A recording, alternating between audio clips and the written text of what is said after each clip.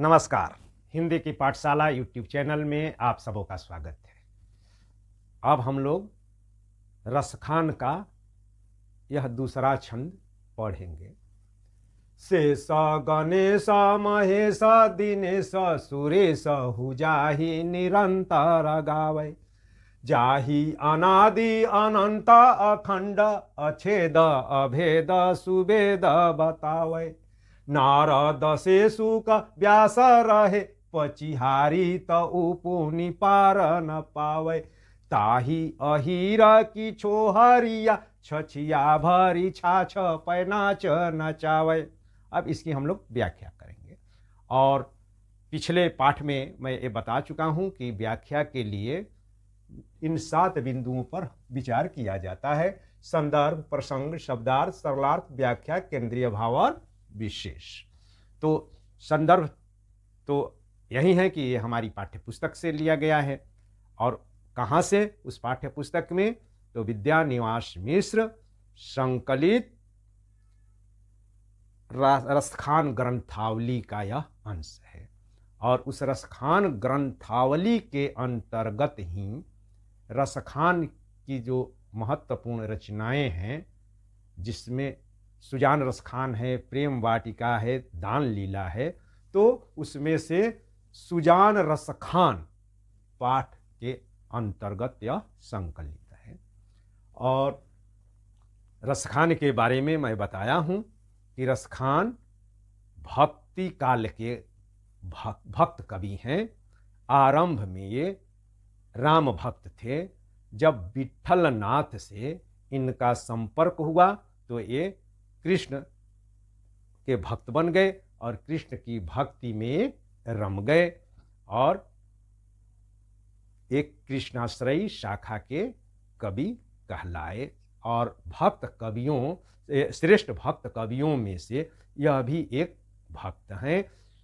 और विट्ठलनाथ ने तो अष्टछाप की रचना की थी, तो उस अष्टछाप के कवियों में तो ये स्थान नहीं बना पाए या उसमें स्थान नहीं दिया जा सका, किंतु ये अष्टछाप के कवियों में से किसी भी कवि से कम नहीं है। और इस तरह ये पुष्टि मार्ग के कवि हैं। और इनके संदर्भ में भी अनेक किंवदंतियां हैं, जिसमें एक किंवदंती तो ये है कि ये किसी वेश्या पर भी आसक्त थे, मगर वह नायिका इनकी बातों को हमेशा तिरस्कृत करती थी, इनका तिरस्कार करती थी। तो ये उससे आजीज आ करके ये गोकुल चले गए। दूसरी किंवदंती यह भी है कि ये एक साहूकार के सुंदर पुत्र पर रिझे थे और उसके कहते हैं कि उसके पीछे पीछे हमेशा जो है चलते रहते थे। तो इनको और उसका जूठा वगैरह भी खाते थे। तो इसी पर किसी राहगीर ने टिप्पणी की कि भक्ति हो तो ऐसी ही हो। इससे रसखान को जो है दिव्य दृष्टि मिली और उन्होंने भक्ति के लिए चल दिए गोकुल। और गोकुल में विट्ठलनाथ जी से संपर्क हुआ। दूसरी किंवदंती ये है कि वे श्रीमद् भागवत गीता पढ़ रहे थे फारसी में। तो उसमें उन्होंने कृष्ण के बारे में जो है पढ़ा और कृष्ण की प्रेम लीलाओं और रास लीलाओं के बारे में जो है जब जाना, तो ये सोचे कि इतने महान हैं, ये ऐसे लीलाधर हैं जिनसे इतने लोग जो है प्रेम करते हैं, तो क्यों नहीं उनसे प्रेम किया जाए।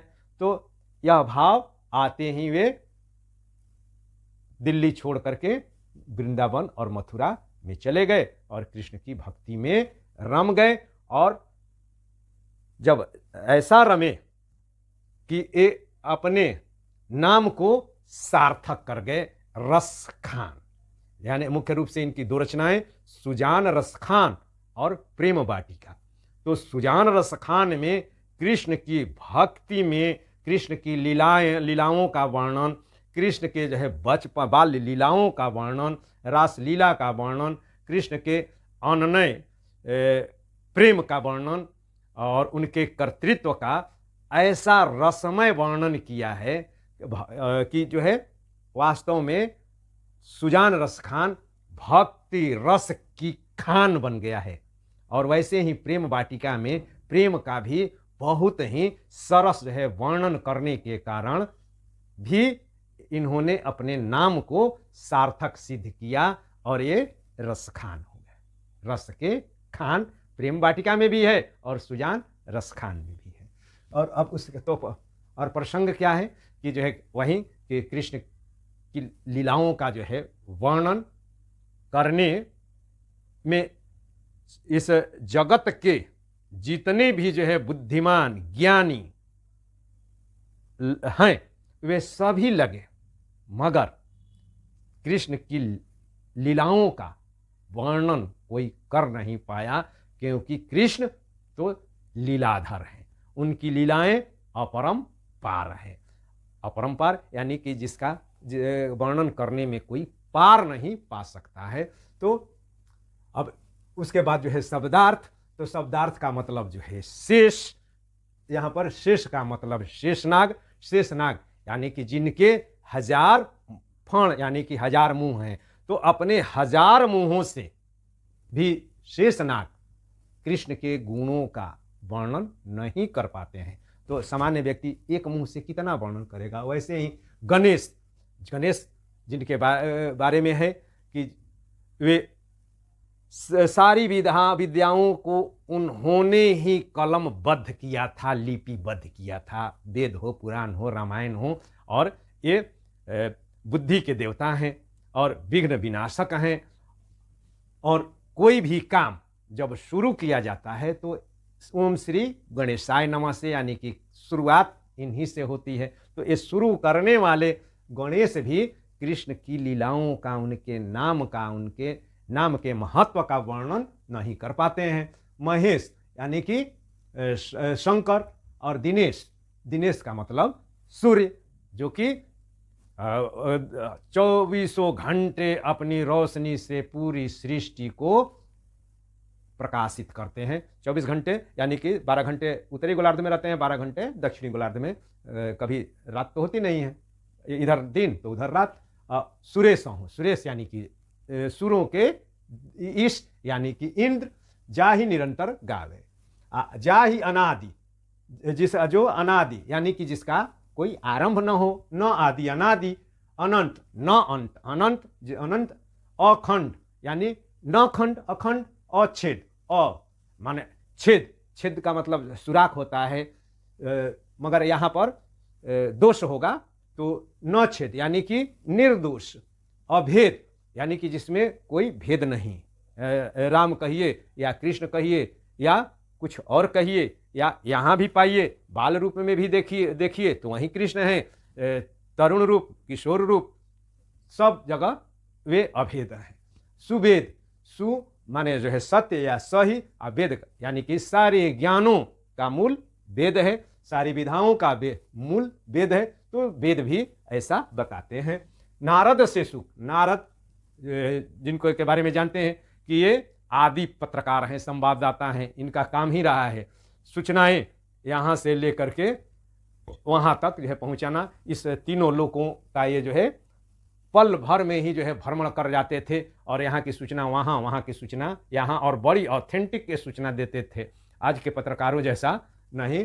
तो सुक यानी कि सुखदेव जी, जिन्होंने परीक्षित को कथा सुनाई थी, और व्यास जिन्होंने वेदों की, पुराणों की और महाभारत की जो रचना की, वो व्यास जी रहे पची हारे, यानी कि पची का मतलब जो है प्रयास, कोशिश, हारे माने जो है हार गए, तो पुनि पार न पावे, पार नहीं पाए। ताही अहिर की छोहरिया, अहिर माने ग्वाला, छोहरिया माने छोकरियाँ, छछिया भर छाछ पे नाच नचावे। छछिया यानी कि जो है अब तो रहा है नहीं, अब तो दही कहीं मथी नहीं जाती है। हम लोग जो है बचपन में जो है देखे हैं कि वो जो सीपी होता है जो नदी में और समुद्र में मिलता है, जिसको घोंघा, तो जो है घोंघा गोल वाला होता है, और वो सीपी, तो उसी से पहले जो दही जमाई जाती थी ना, दूध को खौला करके, तो उसके किनारे किनारे जो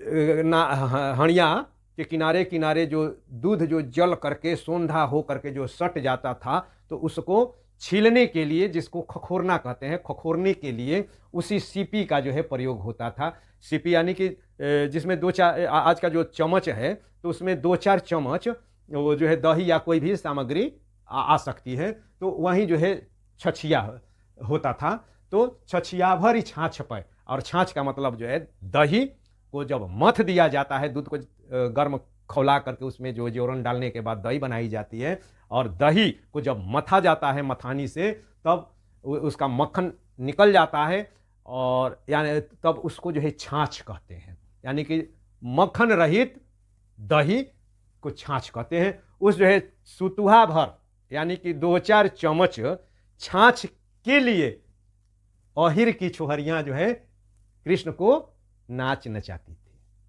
तो सरल अर्थ भी हो गया और शब्दार्थ भी हो गया। अब व्याख्या, तो इसमें क्या है कि श्री कृष्ण का कर्तृत्व, व्यवहार, उनकी लीलाएं अपरंपार है। उनकी लीलाओं का वर्णन नहीं किया जा सकता है, और उनकी लीलाओं का वर्णन करने का प्रयास हुआ किनके किनके द्वारा, कि शेषनाग के द्वारा, गणेश जी के द्वारा, महेश यानी कि भगवान शंकर के द्वारा, सूर्य के द्वारा, इंद्र के द्वारा, नारद के द्वारा, सुखदेव के द्वारा, व्यास के द्वारा, सबके द्वारा प्रयास किया गया। मगर और प्रयास ही नहीं किया गया, बहुत बहुत प्रयास किया, और इतना प्रयास किए कि वो अपने प्रयास में जो है थक गए, और थक हार करके कह दिए कि जो है इनके रूप, इनकी लीलाएं, इनके कृत्य क्या हैं, इसको पार से पार नहीं पाया जा सकता है, कितने लोग भी जो है वर्णन करें। तो यही कि शेषनाग अपने हजारों फणों से जिनके गुणों का, जिनकी लीलाओं का, जिनके रूप का वर्णन नहीं कर पाते हैं। गणेश जी भी जो कि सभी जो सनातन ज्ञान है, उन सारे सनातन ज्ञान के लिपिबद्ध करता गणेश जी भी, जिनके बिना कोई काम जो है पूरा हो ही नहीं सकता है, और जिनके नाम का आदि में स्मरण करके ही जो है काम शुरू किया जाता है, और वहीं जो है काम को अंत तक निर्विघ्न संपन्न कराने में जो है समर्थ जो है देव हैं, वे गणेश जी भी जो है हार गए। महेश यानी कि देवों के देव महादेव, वे भी जो है हमेशा जब देखिए तब जो है उन्हीं जो है कृष्ण के जो है ध्यान में कैलाश पर लगे रहते हैं। कब वे जो है जगते हैं और कब जो है ध्यान में लीन हो जाते हैं, किसी को, माता पार्वती जी को भी जो है पता नहीं रहता था। तो वे महेश भी उनके गुणों का हमेशा जो है अर्चना वंदना, जो वैष्णव भक्ति में जो है नवधा भक्ति है, वो सब में जो है सारी प्रकार की जो है भक्ति करते हैं, मगर उनकी लीलाओं का अंत नहीं पा पाते हैं। वैसे ही दिनेश यानी कि जो है सूर्य, दिन के ईश्वर दिनेश, पूरे जो है सृष्टि को आलोकित करते हैं, प्रकाशित करते हैं, सबको दृश्यमान बनाते हैं। वे दिनेश भी कृष्ण की लीलाओं का वर्णन नहीं कर पाते हैं। सुरेश यानी कि इंद्र, देवों के राजा, देवताओं के राजा, वे भी हमेशा निरंतर जा ही निरंतर गावे। जा यानी कि जिनके, यानी कि जो है कृष्ण के रूप का, गुण का निरंतर, यानी कि बिना रुके निरंतर, यानी कि तनिक भी अंतराल नहीं, बिना अंतराल दिए उनके गुणों का गायन करते रहते हैं। जा, और क्या करते हैं, क्या बताते हैं, जा ही अनादि अनंत अखंड अछेद, यानी कि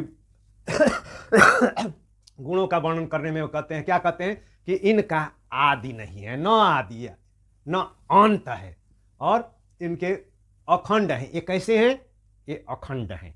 जबकि हम लोगों ने अखंड और अछेद अभेद हम लोगों ने रासलीला में जो है देखा है, जाना है कि कृष्ण जो है, जिधर देखिए वृंदावन में जब वे रासलीला कर रहे हैं तो हर गोपी के साथ हैं, या जहाँ देखिए वहाँ वे दिख रहे हैं। वैसे ही महाभारत में, महाभारत के युद्ध में जो बर्बरिक हैं, जिनको खाटू श्याम भी जो है कहते हैं, वे तो कह रहे हैं कि जो है जहां देखिए वहां कृष्ण ही कृष्ण दिखाई दे रहे हैं। यानी कि 5 पांडव और पूरी पांडव सेना कौरवों के साथ नहीं लड़ रही थी। कौन लड़ रहे थे? श्री कृष्ण ही जो है लड़ रहे थे, जो खाटू श्याम या बरबरी जो है बताते हैं।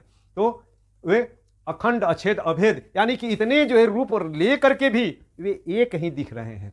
और ऐसा सुवेद, यानी कि सारे ज्ञानों का जो है सत्य सत्ज्ञान का जो सागर है वेद, यह भी वैसा ही जो है बताते हैं कि ईश्वर श्री कृष्ण के रूप और गुण कैसे हैं? अनादि हैं, अनंत हैं, अखंड हैं, अछेद हैं, अभेद हैं, अभेद हैं। और उन गुणों को जो है गाने में अब ये जो है देवलोक हो गए, अब ये जो है धरती लोक यानी कि पृथ्वी लोक में जो है क्या है? नारद से सुख, नारद जिनके बारे में बताया कि ये जो है पूरी सृष्टि की ये जो है खोज खबर रखते हैं, मगर ये भी और सुखदेव यानी कि सुखदेव मुनि भी जो है इनके और व्यास जो तीनों वेदों चारों वेदों के महाभारत और 108 पुराणों के जो रचनाकार हैं, ये सभी नारद सुखदेव व्यास ये कोशिश कर करके जो है हार गए, तो पुनि पार न पावे, तो भी जो है उनके गुणों का वर्णन करने में पार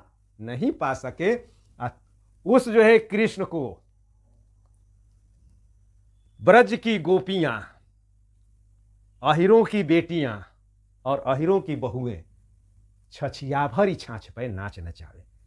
छछिया यानी कि सीपी भर छाछ के लिए, वह भी जो है अवशिष्ट दूध का जो अवशिष्ट है, उस अवशिष्ट छाछ के लिए, मट्ठा के लिए, सितुहा भर माठा के लिए नाच नचा रही हैं। यानी कि ऐसे हैं हमारे श्री कृष्ण जो कि भक्त के प्रेम के बस में है। तो ये हो गया व्याख्या। अब इसका केंद्रीय भाव, तो भगवान क्या है? भक्त के बस में है, यानी कि उनके गुणों का वर्णन कोई कर नहीं सकता है, इतने वे महान हैं, इतना उनका व्यक्तित्व जो है विशाल है, दिव्य है। महाभारत में भी हम लोग देखे हैं, जब वे अपना अर्जुन को जब मोह होता है, तो अर्जुन को के मोह भंग के लिए जब वे अपना अखिल ब्रह्मांड में विस्तारित दिव्य रूप का दर्शन कराते हैं, जिसमें सारी सृष्टि जो है उनके मुख विवर में ही दृश्यमान हो जाती हैं, दिखाई देती हैं। यही रामचरितमानस में भी है कि जब कौशल्या राम से निवेदन करती हैं कि हमें अपना दिव्य रूप दिखाइए, तो तब वे जो है अपना जब दिव्य रूप दिखाते हैं तो कौशल्या भी मूर्छित हो जाती हैं। फिर कहती हैं कि नहीं, अब मुझे शिशु रूप में ही आप मुझे चाहिए। तब वो फिर जो है राम के रूप में अपना रूपांतर करते हैं। तो भगवान जो होते हैं भक्त के भक्ति के बस में होते हैं, इसका यही जो है केंद्रीय भाव हुआ। और विशेष के रूप में भाषा, छंद, अलंकार तो जो है ब्रज भाषा है। चूँकि जब कृष्ण, सामान्य सी बात है, जब कृष्ण की जो है भक्ति में जब रमेंगे तो भाषा तो जो है ब्रज भाषा ही होगी। और ब्रज भाषा का जो है ऐसा लालित्यपूर्ण जो है और स्वाभाविक और परिनिष्ठित प्रयोग करके ही इन्होंने अपने पदों में, अपने छंदों में, अपने दोहों में ऐसा रसमय और लालित्य युक्त वर्णन किया है। इसीलिए इन्होंने अपने नाम को भी सार्थक सिद्ध कर दिया है, और ये इसीलिए ये रसखान है। और दूसरा ये भक्ति, तो इसमें जो है कृष्ण के प्रति इन्होंने मूल रूप से तो सख्य भाव की भक्ति की है, और प्रेमा भक्ति है। चूंकि ये पुष्टि मार्ग में दीक्षित हुए थे, तो वहाँ उसमें जो है प्रेमा भक्ति है, प्रेम के माध्यम से भक्ति, तो प्रेमा भक्ति है। और कैसी भक्ति? अनन्य भक्ति, जिसमें भगवान के भरोसे अपने आप को छोड़ देना है। और भगवान तो इतने सरल निश्चल रूप में आते हैं कि जैसे चाहिए वैसे वे नाचने के लिए भी तैयार रहते हैं। जैसे हम लोग गीत भी जो है सुने हैं, इस्कॉन वाला कहा कथा गीत है कि एक बुढ़िया जो है कृष्ण को जो मूर्ति है उसको हमेशा लिए रहती है, उसका श्रृंगार वगैरह करती है, गिर जाते हैं तो डॉक्टर को बुलाती है, तो जिसका गीत है भगत के बस में है भगवान, तो वैसे ही भगवान बस में होते हैं। विदुर के रूप में हम लोग देख चुके हैं कि विदुर कृष्ण को केला खिला रहे हैं तो केला का गुद्दा जो है फेंक देते हैं और छिलका खिला देते हैं, और कृष्ण जो है तन्मय होकर के वह जो है केले का छिलका खा करके जो है तृप्त हो जाते हैं। सेवरी के रूप में हम लोग देख चुके हैं कि सेवरी हर बैर जो है जूठा करके उनको खिला रही है और राम खा रहे हैं। ध्रुव के लिए उनको आना पड़ा था, प्रहलाद को बचाने के लिए दौड़ करके जाना पड़ा था। सोनपुर का जो है हरिहर क्षेत्र का जो है मेला है, वहाँ पर गज को ग्राह को बचाने के लिए, यानी कि मगरमच्छ को बचाने के लिए कृष्ण को दौड़ करके आना पड़ा था। हाथी ग्राह से गज को ग्राह से बचाने के लिए। तो इस तरीके से भगवान जो है भक्त के बस में होते हैं। अब इसमें जो है छंद क्या है, तो छंद है सवैया छंद में है यह। और अलंकार, तो अलंकार के रूप में अब तो ये अंत्यानुप्रास है, और ये बताया कि जो है छेकानुप्रास, जैसे कि अ यहाँ पर अ की आवृत्ति है, और एक लगातार शब्दों में अगर किसी वर्ण की आवृत्ति होती है तो उसको छेकानुप्रास अलंकार कहते हैं। तो वैसे ही अ यहाँ पर पुनि पार एक लगातार है, तो पु अ प, और उसके बाद छ छ छ न न न न के कि लगातार जो है आवृत्ति हो रही है, इसलिए इसमें छेकानुप्रास है। और इसमें लय है, और लय किस कारण कि जो है वर्ण, वैसे जो है वर्णों की इसमें आवृत्ति हुई है जो कि सुनने में लगता है कि एक ही वर्ण का जो है प्रयोग हो रहा है, यानी कि उसकी छाया उस पर जो है दूसरे शब्द पर भी पड़ने लगती है, तो उसको श्रुत्यानुप्रास कहते हैं। श्रुति के अनुसार श्रुत्यानुप्रास, तो इसमें श्रुत्यानुप्रास है और वृत्त्यानुप्रास है। श्रुत्यानुप्रास और छेकानुप्रास है। अंत्यानुप्रास तो है ही, और अलंकार जो है सवैया है, भाषा सरल है और प्रौढ़ और परिमार्जित और रस पूरित जो है भाषा है। बस मूल रूप से यही है। और इन्हीं की जो है एक आगे चाहें तो पिछले में बताया था कि जो है भारतेंदु हरिश्चंद्र इनकी भक्ति पर इतने रिझे हुए थे कि इन्होंने तो यहाँ कहा या ऐसा कहा, इन मुसलमान हरिजनन पर कोटिन हिंदू बारिये। इन मुसलमान हरिजनन पर, हरिजनन यानी कि भक्त, हरि के जन, यानी कि इन भक्तों ने जो भगवान की जिस प्रकार से जो है भक्ति की है, इनकी भक्ति भावना के ऊपर करोड़ों हिंदुओं को न्योछावर किया जा सकता है। बहुत बहुत धन्यवाद। अब कल अगला सवैया हम लोग पढ़ेंगे। इसे अपने मित्रों के बीच शेयर करना है, और लाइक भी कीजिएगा, सब्सक्राइब भी कीजिएगा।